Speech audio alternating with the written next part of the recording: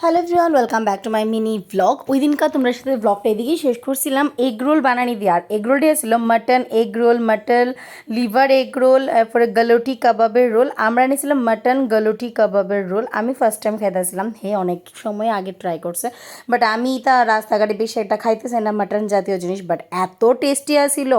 মানে নেওয়ার পরে ফার্স্ট বাইটটা আমি দিয়ে দিছিলাম, কারণ আমার আর সহ্য হইতেছিল না স্মেলটা নিয়ে। আর দোকানের ভিড় অ্যান্ড ক্রাউড দেখে বুঝতে পারছিলাম যে এটা খুব পপুলার দোকান হইব। আর এতই টেস্ট ছিল যে আমি রিগ্রেট করতে আসলাম যে আরেকটা লইলে বেশ ভালোই আসিল। একটা লইয়া লিটারেলি কারাকারি করছি। আর রুটিটাও প্রচণ্ড ভারী থাকে, সেরকম পাতলা থাকে না।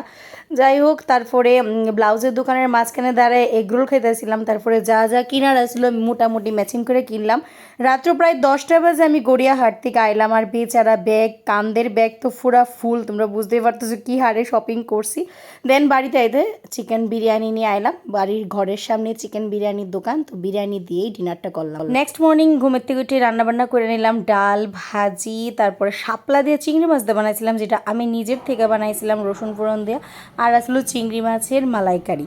চিংড়ি আমরা দুজনের প্রচণ্ড ফেভারিট, আর সারাক্ষণ খেলে আমরা চিংড়ি খাইতেই ভালোবাসি। আর মুখের এক্সপ্রেশন দেখা বুঝতেই পারতাছো যে শাপলার সাথে চিংড়িটা এত ভালো মানাইছে যে আমি মানে নিজে নিজে প্রচণ্ড প্রাউড ফিল করতে আসলাম যে আমি ভালো রান্না করতে পারি।